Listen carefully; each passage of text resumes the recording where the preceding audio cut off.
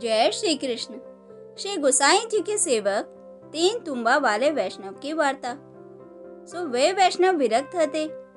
एक तुम्बा खासा को, एक सेवकी को और एक बाहर को, ऐसे तीन तुम्बा राखते हते। जहाँ गांव में जाते तहाँ भगवत इच्छा से निर्वाह करते। एक गांव में गए जहाँ मेघ बहुत बरस्यो, कछु रसोई को उपाय बनियो नहीं। जब 3 दिन सुधी भूखे रहे, चौथे दिन बरसात बंद भयो। सो वे वैष्णव तालाब पे नहावे गए। तब वह गांव को ब्राह्मण वैष्णव नहातो हतो। सो वह विरक्त वैष्णव को वह ब्राह्मण वैष्णव अपने घर ले गयो। आछी रीति से वाकी टहल करी। सो ब्राह्मण वैष्णव ऐसे समझियो कि मेरे घर साक्षात भगवान पधारे हैं और 3 दिन सुधी विन को राख्यो और महाप्रसाद लेवायो। वह विरक्त वैष्णव के हृदय में सदा भगवत आवेश रहतो हतो। सो वे प्रसन्न भय और भगवत आवेश से बोले, जो कछु मांग, जो तुम्हारो मनोरथ होएगो सब पूर्ण होएगो। तब वह ब्राह्मण वैष्णव हाथ जोड़ के बोलियो, जो मेरे तो कछु मनोरथ नहीं है, परंतु यह गांव को राजा बहुत धर्म वाला है और ब्राह्मण की भक्ति व राजा को बहुत है। ब्राह्मण की रक्षा अच्छी भांति सु करे है। 60 वर्ष को भयो है, वह को पुत्र नहीं होवे है। सो अगर पुत्र हो जावे तो बहुत अच्छो। ये सुन के वो विरक्त वैष्णव भगवत आवेश से भरे हते और भगवत इच्छा से बोले, जो राजा के 4 बेटा होवेंगे और राजा वैष्णव होएगो। तब ऐसे कह के वैष्णव गए। फिर वे ब्राह्मण वैष्णव राजा के पास गयो और जाय के आशीर्वाद दियो। तब राजा ने वह ब्राह्मण को आदर करके बिठायो और विनती करी, आप जैसन को आपनो बड़े भाग्यंते हुए है और हम जैसे गृहस्थ दीन चित्त वालेन को आप बिना कौन पावन करे हैं। हम आपके दर्शन मात्र से पवित्र बने हैं, परंतु आपके आए को कारण कहो।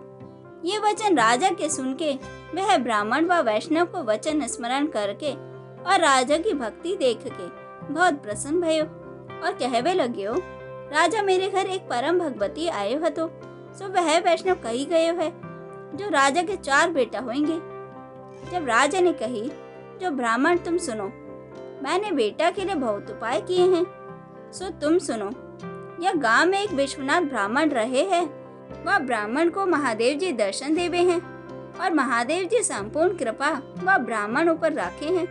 जो वह ब्राह्मण ने मोको यज्ञ करवे की कही और जब वह ब्राह्मण के कहे सु मैंने 4 भगत महारुद्र यज्ञ करियो तो हूँ मेरे पुत्र ना भयो।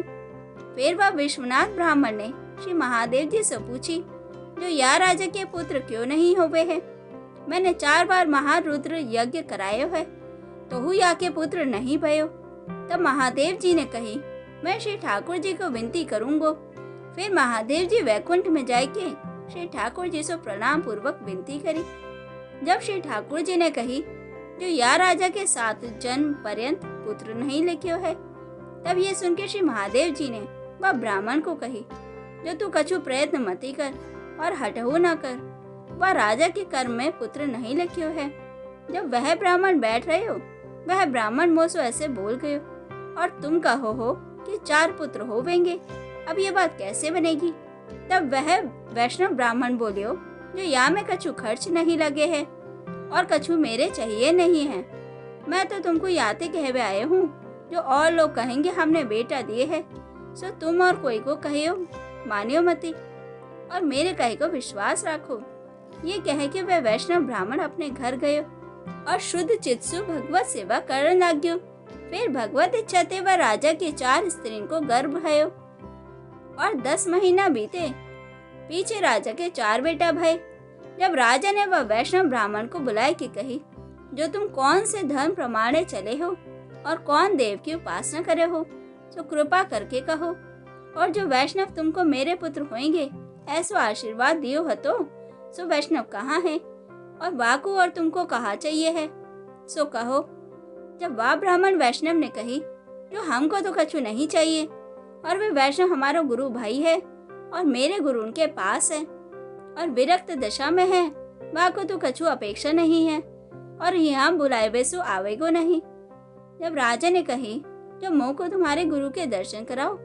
जब वह ब्राह्मण वैष्णव ने श्री गोसाई जी को विनती पत्र लिखियो फिर श्री गोसाई जी कृपा करके श्री गोकुल थे पधारे और वह राजा को दर्शन दिए।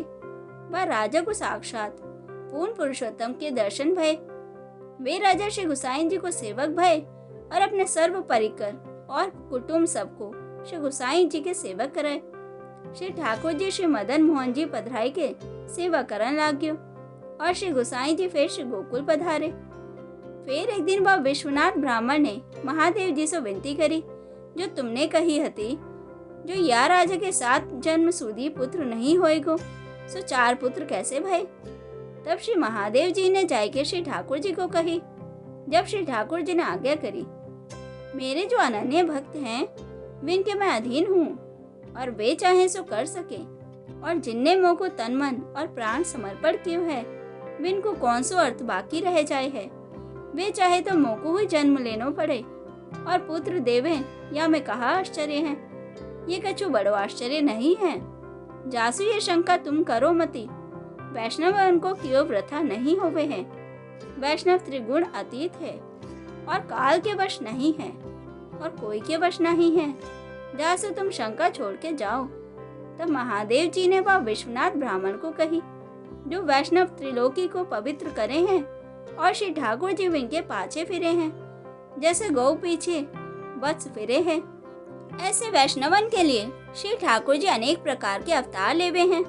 वैष्णव जैसे इच्छा आवे ऐसे करे हैं। जिनको भगवत चरणारविंद को दृढ़ आश्रय है सो कहा नहीं कर सकेंगे। वे वैष्णव स्वतंत्र आचरण करे हैं। बिन के ऊपर कोई को हुक्म नहीं है और कोई जीत सक्यो नहीं। काम, क्रोध, लोभ, मोह, मद, मत्सर, जिन्हें ऐसे वैष्णव सर्व करन समर्थ हैं।